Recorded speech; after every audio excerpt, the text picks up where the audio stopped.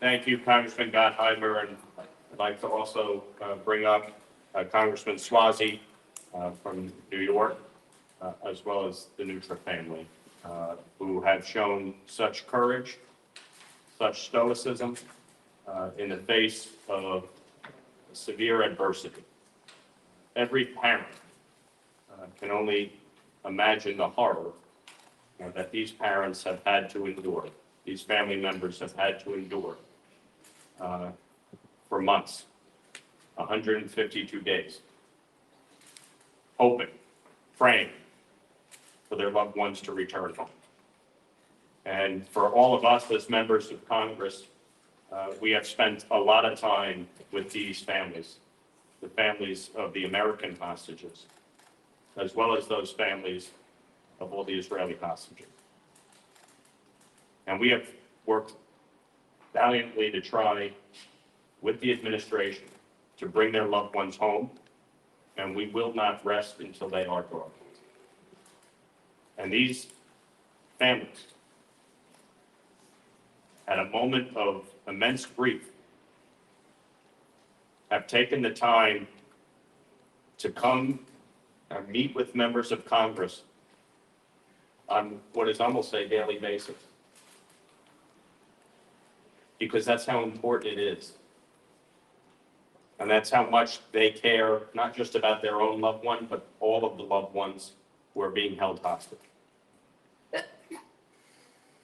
All of us have shown over the past many months our strong support for the state of Israel, and we will continue to be unwavering in our support for Israel and their right to defend themselves, and unwavering in our opposition to Hamas, and unwavering in our demands that the hostages be brought home safe.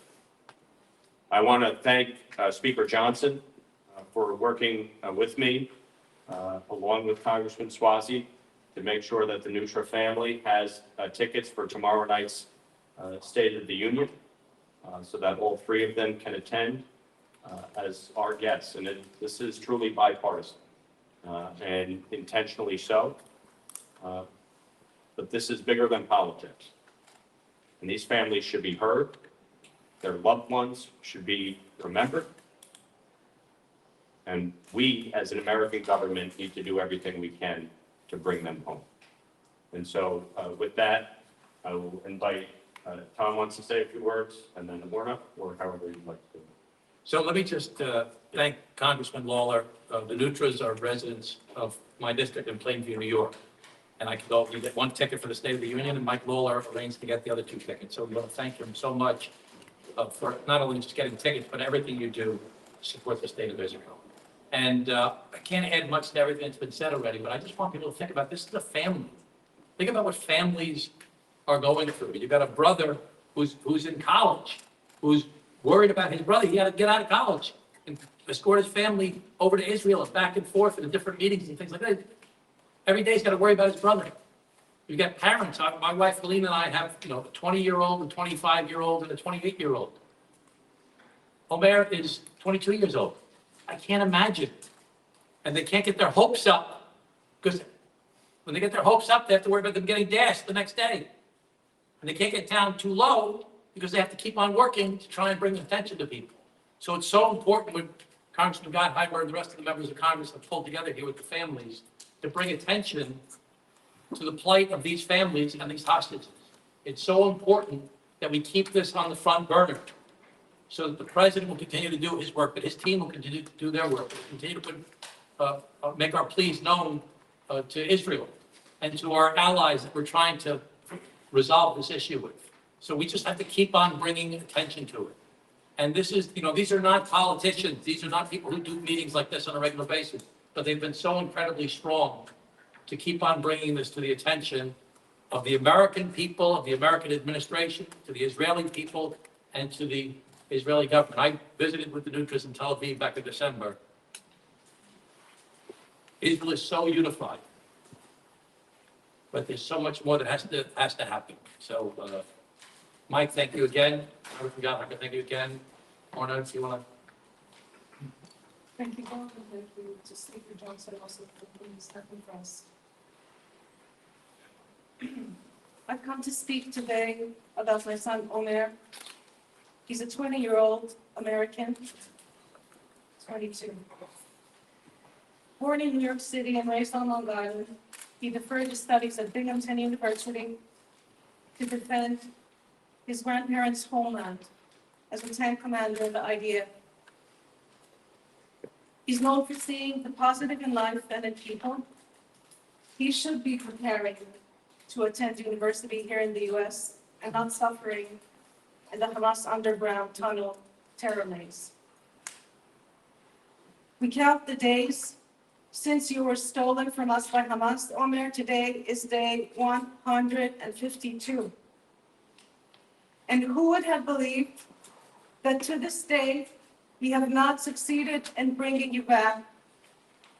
We've been running around all over the world, meeting with leaders, pleading with them to do whatever possible to bring you back home. And once again, we're here back in Washington. We're running out of words and running out of strength. At times, I wish I could just retire to a place where there's no media, just disappear until there's finally a breakthrough, until the phone call comes with the news of your release. Omer is in our hands, they will say. But I also understand that there is nowhere to escape this nightmare, and anywhere, there's no comparing our nightmare to Omer's nightmare. I can't even imagine. So we pull ourselves together again and again and again, and we travel to the ends of the earth to speak in Omer's name, for he has been silenced for now 152 days. And as the country gathers together on Thursday, we have a duty to Omer. Our attendance, the yellow ribbons that we pin to our lapels, and the dog tags that we wear on our necks will remind the world that until each hostage is returned home, our work is not over.